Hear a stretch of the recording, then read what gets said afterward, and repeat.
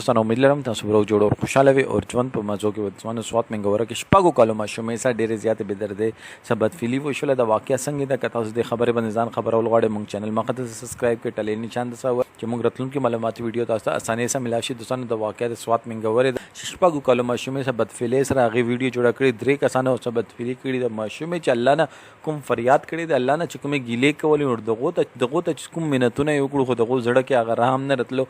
هغې ماشومې دومره زیات فریاد کړی دی که تاسو هغه ویډیو وکتله نو تاسو زړونو کې به تاسو زړونو باندې به څه تېرېږي.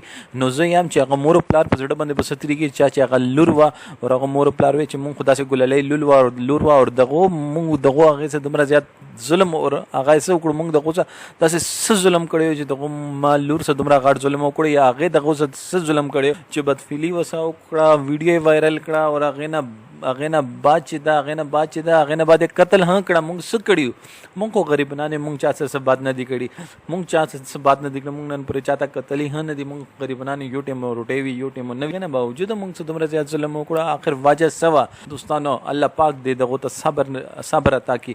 الله پاک دې دا چې کوم ظالمان دي پولیس ورپسې شوي دي پولیسو چې مونږ زر د زر به دوی ونیسو ایز ارلی ایز پاسبل مونږ دغو اریسټ کړو. خو دوستانو اوس اریسټ کولو نه څه پیدا چې مونږ معاشرې کې داسې بد خنزیران پیدا شوي دي. دوستانو که مونږ نوې ویډیو مو خوښ شوي نو مونږ چینل مخته سبسکرایب کړئ کمنټ سیکشن کې خپل رائے اظهار ضرور وکړئ. والسلام.